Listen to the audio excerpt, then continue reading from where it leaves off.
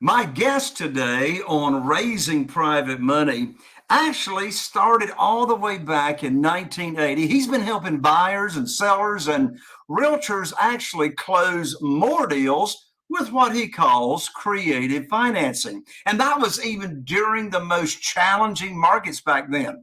Well, in addition to that, my good friend, mastermind member, he's personally closed around 50,000, can you believe, note deals. And his unique industry vantage point has allowed him to review close to 500,000 notes. Do you think my guest knows something about the note business? We're also going to start out this show talking about private money and how it relates in today's market. Well, his expertise is trusted by some of the largest realtor networks in the country, top real estate investors, plus the mom and pop investor operators. His innovative ideas and strategies have revolutionized, literally, the note industry. He's the founder of what's called NoteSchool. And at NoteSchool, that's where he's helped thousands of investors scale up their businesses, become what he calls deal architects, build long-term wealth, and think like an entrepreneur. He's the president of Colonial Funding Group, which acquires and trades real estate secured notes. In just a moment, you're going to meet my dear friend, fellow mastermind member, and brilliant strategist, Eddie Speed. If you're a real estate investor and are wondering how to raise and leverage private money to make more profit on every deal, then you're in the right place. On Raising Private Money, we'll speak with new and seasoned investors to dissect their deals and extract the best tips and strategies to help you get the money, because the money comes first. Now here's your host, Jay Connor. Welcome to Raising Private Money, Eddie. I was captivated by your commercial. That's awesome. How are you? I'm doing fantastic, Eddie. And I tell you what, when you've got someone like yourself to introduce, it's very easy to be captivating. I'm so glad you're taking some time out of your very busy schedule to join me here on the show, talk about what's going in the real estate investing market right now, what you see to be as the biggest opportunities and advantages for realtors, tired landlords, real estate investors, and all the above. First, this is raising private money, Eddie. So let's start with that subject for a moment. You've raised millions and millions of private money yourself. Go all the way back to the beginning. Now, of course, you've been investing in real estate for over 40 years. And there probably, if you're like myself, there probably was a trigger or a pivoting moment in your real estate investing career that you said, you know what? I need to go raise some money myself and not rely on the banks and not rely on other people's rules and put my own rules in place and go raise my own money. What was it that happened that caused you to start raising money? 1986. 1986. I started in 1980 in the business. 1986, every bank and savings and loan in Texas and the Southwest was going broke. We were selling loans to institutional investors like consumer finance companies and some savings banks. And they basically, they all hit the pause button and they checked out of the business. And I went in probably, I don't know, within 3 or 4 months, Jay, I went from institutional money to like 90% without institutional money. Mm-hmm. So how did you start doing that? And the reason I ask this question is we've got thousands of listeners to this particular episode, and a lot of them have in their mind and are experiencing, they're thinking to themselves, I've never raised private money. And my lens, you're going to talk about in a moment about what's going in the market today and how that relates to private money. But we got thousands of people listening that have never raised private money. Maybe they've never done a deal. Maybe they've done a bunch of deals, and they've relied on institutional, lenders, hard money lenders, banks, etc. What's your advice to them on how in the world do you make that transition, and how do you start? I think you got to know who your avatar is. You have to know who your customer is. If you're raising private money, Broken, desperate people aren't your capital source. If you're raising passive private money, you got to go find somebody that's not a deal maker but has investable capital. If they already have all the deal flow they need, they don't need us, Jay. Mm-hmm. But if they don't have all the deal flow they need, and they're looking to get their money deployed, and there's some market reasons why that's definitely an issue today, then you got to have people. I would say to you that, in my view, over a long period of time, probably 90% of the people that I've raised money from have had a play in real estate and found out it was too much trouble. Mm-hmm. In other words, your passive private lender, what I hear you saying, likes real estate, likes to be in real estate, but they just don't want the hassle of finding deals, negotiating deals, overseeing deals, doing the talk and do the negotiating, and pretty much just want to sit back and, watch their accounts grow, right? Passive investor, I call it the bunny, rabbit, and the wolf, right? The wolf. I've known you for many years, but I've never heard about the bunny, rabbit, and the wolf. Well, you and I are wolves, right? Yeah. We want more yield, but we're willing to go do more, right? Mm-hmm. A wolf will go hunt what he wants. Mm-hmm. A rabbit, well, he's a lot more passive than that, and he's satisfied with a lesser return, but he doesn't want to go manage things. And so that's really a key in private money that I've noticed is you got to define who your customer is. First of all, they have to have money. Mm-hmm. Don't chase people that don't have money trying to get them to give you private capital because they don't have any dough, right? Mm-hmm. Secondly, and there's a lot of people with money today. We're sitting on a lot of cash as a country. Secondly, then define it, how it is you solve their problem, and be clear with them how you solve their problem. One of my favorite ways to start a conversation with a potential private lender, and of course, I always say, don't rule out anybody. Some of them people you think that are loaded are looking loaded, and they're really not. And some people might be the opposite. But you got a pretty good feel. I tell you, my favorite place to start talking with potential private lenders. By the way, I got 47 private lenders right now funding our deals, and not one of them had ever heard of private money or self-directed IRAs. And I love to start conversations with questions that are actually going to lead to asking them what's important to them. What are you looking, to get out of your investments? And one of my favorite conversation starters are what I call did you know questions. I'll be talking to somebody at Smithfield's Fried Chicken and Barbecue or down at Starbucks having a cup of coffee. And I'll just, drop in the conversation one of my favorite questions, which is, did you know there's a way people can actually earn unlimited money tax-free per year? And of course, they don't have no idea the answer to that question. And then, of course, that leads to a conversation about self-directed IRAs. Have you ever heard of self-directed IRAs? And so then we'll start a conversation about how people can actually take a Roth IRA, invest it passively, and et cetera. So, Eddie, when you're raising money, when you are, talking to people about what you can do for them, how do you like to start conversations, and where do you go find these people? I find them at church where we've got a lot of trust, Yeah. No, I agree with that. I poke at the landlords pretty hard. I tell people that a lot of people that end up that we're able to help start out as a landlord and kind of wake up one day, and some of them find out, you're not too accusative, but they wake up and they say, man, this is a lot more work than I bargained for. And I thought I was going to get more cash flow than I was going to get. And then I was like, well, we show them how to be the bank, and just boom, that's a drop the mic thing, right? Just, you don't need to chase them at that point. They're going to chase you. Mm-hmm. Well, that's been my experience. I have observed that desperation has got a smell to it. And if someone's looking to raise money for deals, of course, I've also experienced the worst time and most dangerous time to be trying to raise money for your real estate deals is when you need it for a deal, right? And so we separate the conversations of here's how our program works, here's how you can get high rates of return safely and securely, without even talking about deals. Because first of all, they got to know that they are actually, interested in doing this kind of business and program. And then we'll come back along with a deal after they're saying, yeah, I like that.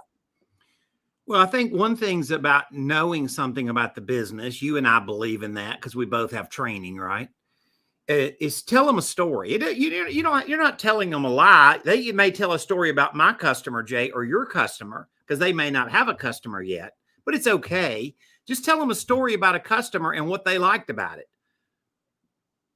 Yeah, exactly. I mean, I've heard this all the time, but very few people unpack it. I'll hear the advice all the time. Just tell people what you're doing. Okay. Yes. Tell people what you're doing. But how do you implement that strategy of just telling people what you're doing? Well, there's this thing called Facebook and this thing called Instagram.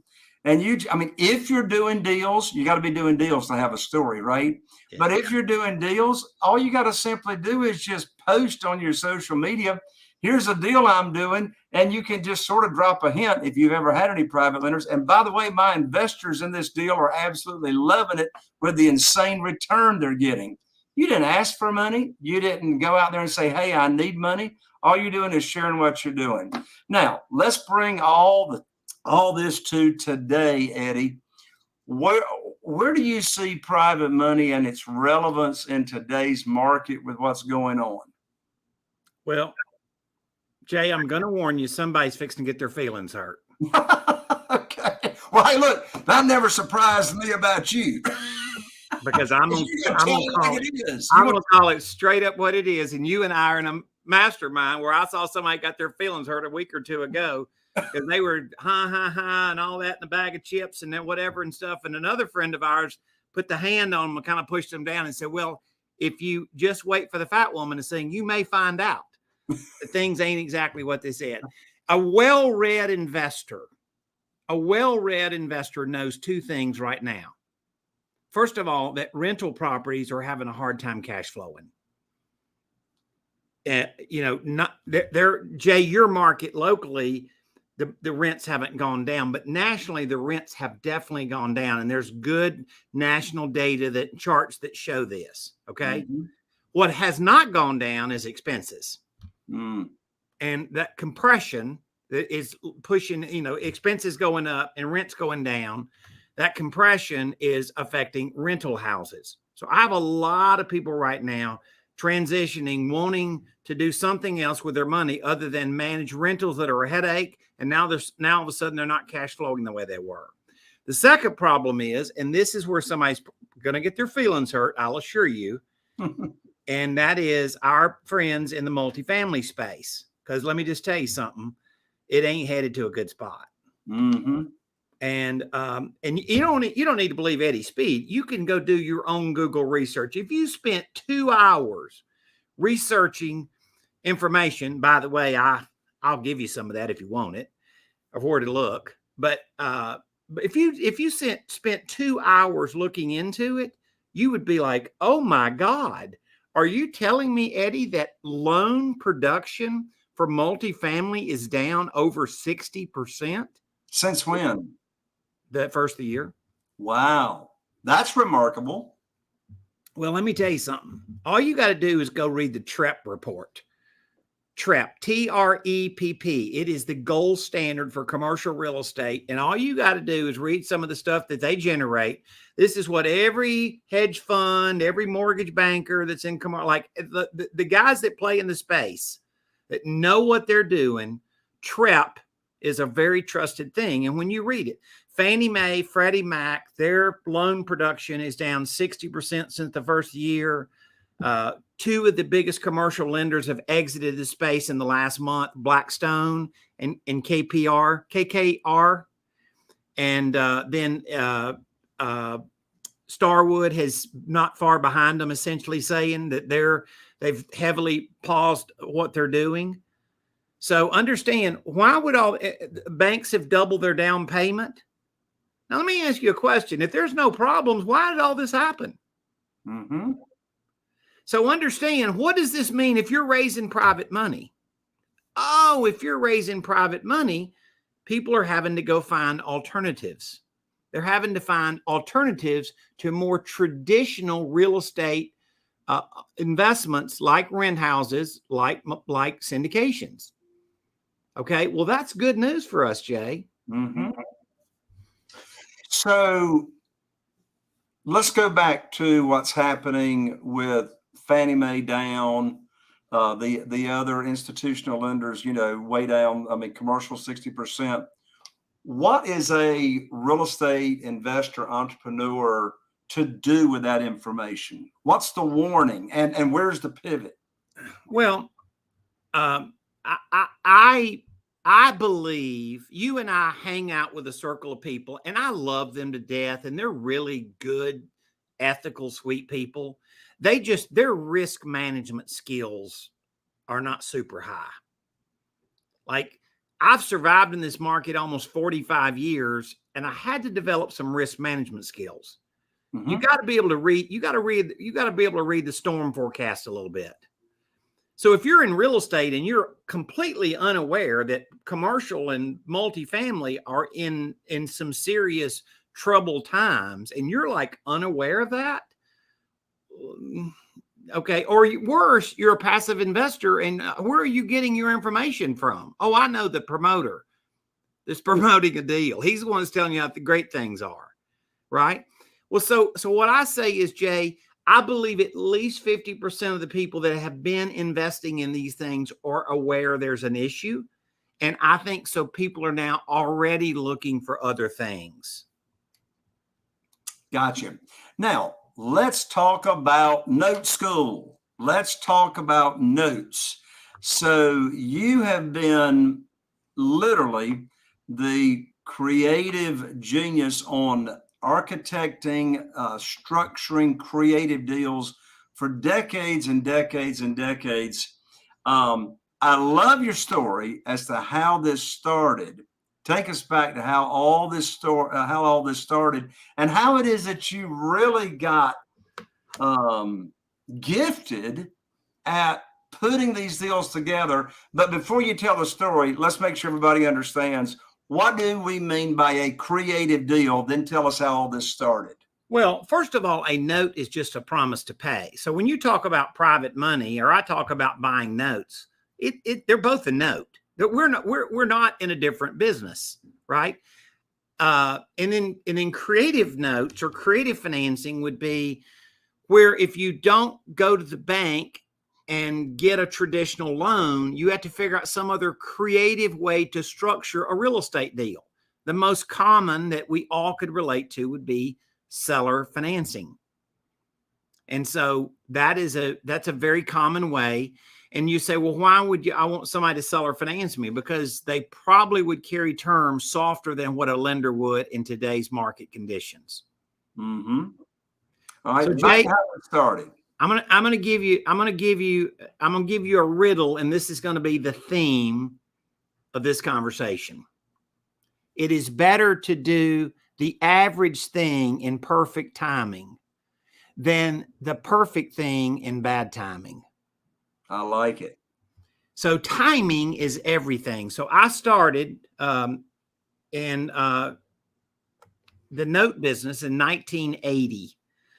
Now, I would love to tell you that I was this young, aspiring real estate investor, and I was just up all night watching info TV, and I learned about this. But the truth of the matter is, I was a cowboy living in a 10 by 40 mobile home.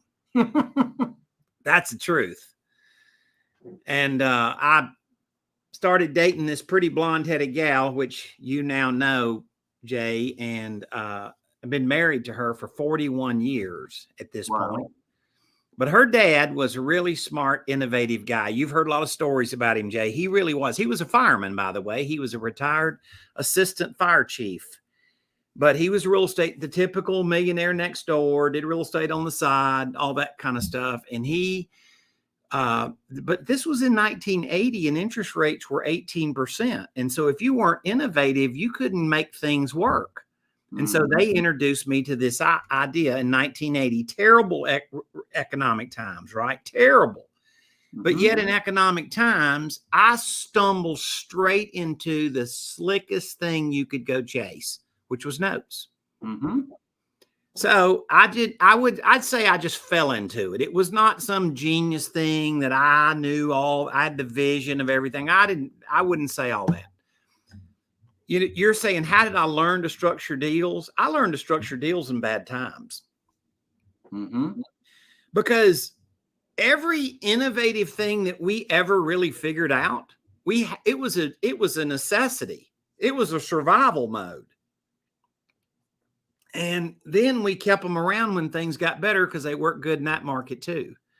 So that's a couple of things I would say to people is, because the market's changing, and there's a lot, there's less properties being bought. The realtors are selling less houses. The lenders are making a lot less loans, not just on commercial, but also residential. So there's a lot of things that people look at and say, well, it's just not the time to do it. And the answer is, when you do things like what we do, this is the time to do it. Well, that's what I want to drill down on. And you have lived through and worked through how many cycles now since 1980? 6 cycles, right? Yeah. So you got a pretty good understanding as to what these different cycles look like. And with each cycle brings its own challenge, and each cycles bring its own opportunities, which are, which side of the fence do you want to be on? You want to be, challenged, or you want to take advantage of the opportunities? Why is right now, and when I say right now, I'm talking we're here in 2023. Why is it here in 2023 that it's one of the best times to be investing in notes? At your NoteSchool, you have a program to where it's pretty much on a silver platter.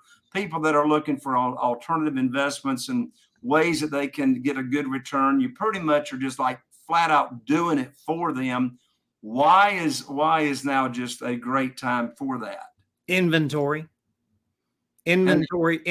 changes anything. So a couple of years ago, when the market was booming and giveaway interest, so to speak, there wasn't a ton of notes available, and you couldn't buy those notes at good prices. In other words, you couldn't buy them at a good return on your investment.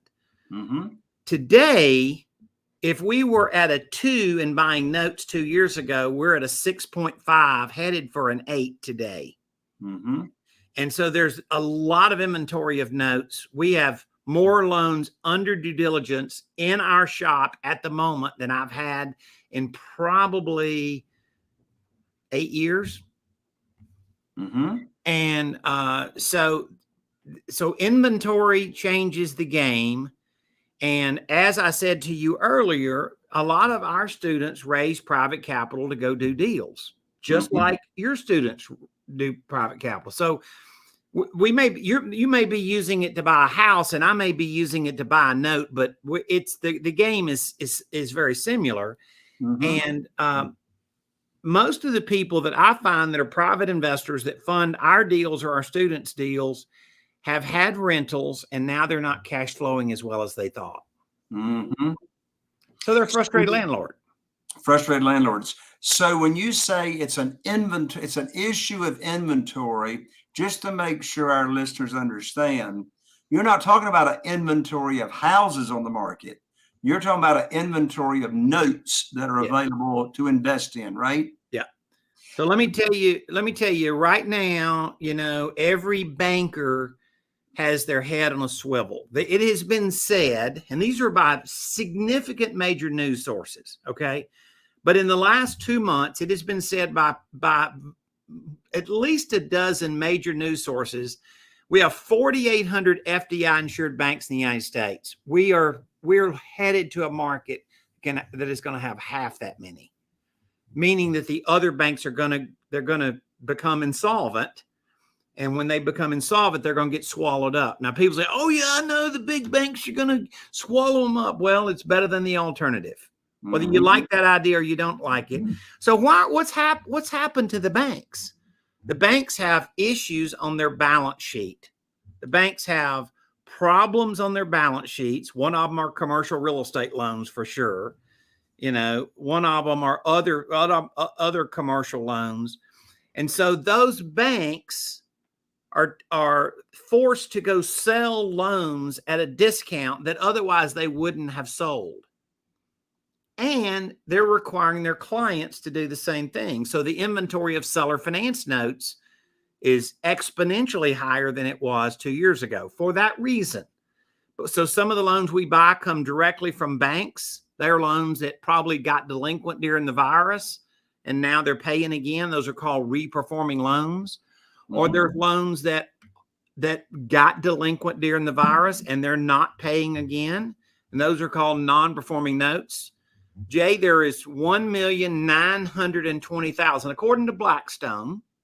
There are 1,920,000 residential mortgages that are delinquent today. Wow.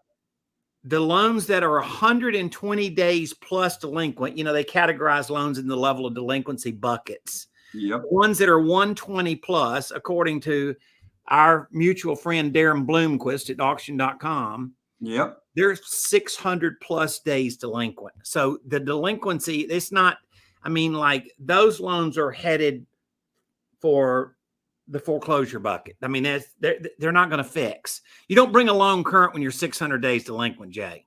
No, that's you might as well say about 2 years. Yeah. So understand that, but those are inventory specific questions as to why the inventory has changed so much. And so, Jay, you might say that we make money when others are in distress. I'm not causing anybody stress. I didn't go push over anybody's, apple cart, but when that happens and then all of a sudden you start realizing there's kind of a general statement. Notes are good when banking is bad. That is kind of a general statement, but it is always proven to be true. So we've seen it when banks were really good and we were having to do alternative things. And now that, we're kind of in the market cycle we're in, we feel like we got a pretty good runway ahead of us. When someone has not invested in notes, they haven't invested in notes, but they are now curious about it, and they want to start getting involved and learning about note investing, what would be your advice as to what are the red flags? When someone's looking to go invest in a note, what should they be careful about? Well, there's 6 characteristics that probably influence the viability of a note investment. It probably also prices the note, but it's the guy that owes the money. Is he paying? Will he continue to pay? It's the property, the collateral itself. It's, the buyer's story of when they bought the property. How much did they pay down and how long have they been paying? It's the terms of the note itself, which is the interest rate on the note and how long it's payable. It's the pay history on the note, right? Meaning if they've been paying for 2 years before you buy it, what's that pay history look like? And then the last thing is the paperwork. And those 6 characteristics over a long period of time, if you run that formula over the top of deals, then it'll make a deal shine that it's good, or it'll hopefully make it shine that it's not good. Well, now here's my guess, Eddie. My guess is we have quite a few listeners to this show that are interested in notes, want to learn about notes, probably want to get involved in notes, but they really don't have the interest in dissecting all 6 of those characteristics. Yeah. Do you have a solution for them people, and what do they do? Well, I do. We have it. We formed a school around 2000, and I'd been in the business 20 years by then, but we formed a school because we wanted to go do business with people, and we wanted to give them a level of comfort, knowledge, information, and from there they could do it. And so we've got a really good little master class. I actually got to teach this, Jay, with a friend of yours. Yes. Mr. Max. Mm-hmm. And so we've got a master class, and we show people things that they would never have thought about. You know, we show them like, what's a good note and what's it look like? And then all of a sudden the little bells start going off in their head. Because I'd say, hey, Jay, would you buy that note? And you'd be like, oh, yes, sir, I'd buy that note. But then all of a sudden somebody goes, well, I'd run out of money. So then we show them not only how to buy notes and be the bank, but we show them leveraging techniques where they can go in there and use exactly what you're a master at, which is some passive investor, passive, funding source, and then do that so that they can then go take a small amount of money. Jay, with 1,000% integrity, I can tell somebody, Jay, I can show you how to keep $1,000 invested. And after about 10 years, you get $1,000 a month for 10 more years for $1,000 investment. Now, I'm not making that up, am I? No, you're not. I've heard you explain how you do it. So understand, then it's just exactly what all of us learn when we kind of jump the fence and get in the training business. We're in the business of teaching people something they don't know until they know it. And then when they know it, then they're like, oh yeah, well, I'd do this, or I could do it this way and stuff. And so we'll start down a path and just show some people some simple, achievable goals. You know, the one thing you and I talked about a lot is when we put somebody in our coaching program now, we figured out that what they really want to start with probably is for us to help them a lot. Right? Mm-hmm. Eddie, could you go find me a note? Eddie, could you underwrite a note? Eddie, could you do all of these things? Because all of that gives them what people really want the most, which is a compression of time. Correct. So how do people and my listeners here find out about NoteSchool? I know you got the website. Is the website the best place to find out? What I want them to do, Jay, is I built a link for a 2-hour master class. And I want to know that these are your people because you mean a lot to me. I'm telling you, you mean a lot to me. Well, same to you, Eddie. And so I want them to go to noteschool.com/J. Jay. Jay, and it's on the screen. They can see it. And when they do that, then we're going to put them through a pretty solid 2-hour thing. You've seen this, Jay. You know what we're talking about. It's pretty dang informative in a 2-hour period. And then people can realize, hey, I like this. Most people do really like it. You know, but if they don't like it, it's fine. They invested 2 hours to figure out something they didn't want to do. That's right. And so then that's a good way for us to do it. And we'll show them what a note looks like. We're not going to try to make you an underwriter in 2 hours. We're going to do it in a very simplistic method of just kind of like, hey, here's a deal. We show you how it looks. She'll show you how much income you get and when you get the income and so forth. And then all of a sudden you say, would you do that deal? And then all of a sudden, okay, if I do it, and it's like, okay, somebody say I do it, but maybe I want some leverage. The last thing I would say to you is, Jay, here's what I've learned instinctively. Mm-hmm. Most people want to grow wealth and build legacy. That is instinctively built inside of people. And I believe that this class will give them a clear vision of how that's possible with notes. Absolutely. So go to noteschool.com/JAY. That's all spelled out. NoteSchool, NOTE school, SCHOOL.com/JAY. And I'll tell you, when you go there, you're about to be impressed. At this point in time, there's probably a lot that you don't know that you really do want and need to know. And Eddie and Max will unpack it for you. Eddie, thank you so much for coming on Raising Private Money with me, my friend. You are awesome, Jay. I just so much enjoy hanging out with you. You and I are going to get to be at a couple of events here pretty soon. Yep. And I look forward to that. And just a great thrill to be with your audience. Thank you so much, Eddie. Well, there you have it, my friend. Another amazing episode right here on Raising Private Money. My special guest, Eddie Speed, dear friend, fellow mastermind member. Get right on over to NoteSchool.com/JAY. And if you found this episode inspiring and you learned some good stuff, do me a favor. Be sure, if you are listening on Spotify or iTunes, be sure and follow. If you're watching on YouTube, be sure to like, share, subscribe, click that bell so you don't miss out on the next amazing episode. I'm Jay Conner, the Private Money Authority, wishing you all the best. Here's to taking your business to the next level, and we'll see you right here on the next episode of Raising Private Money. Are you feeling inspired by the knowledge you gained in this episode?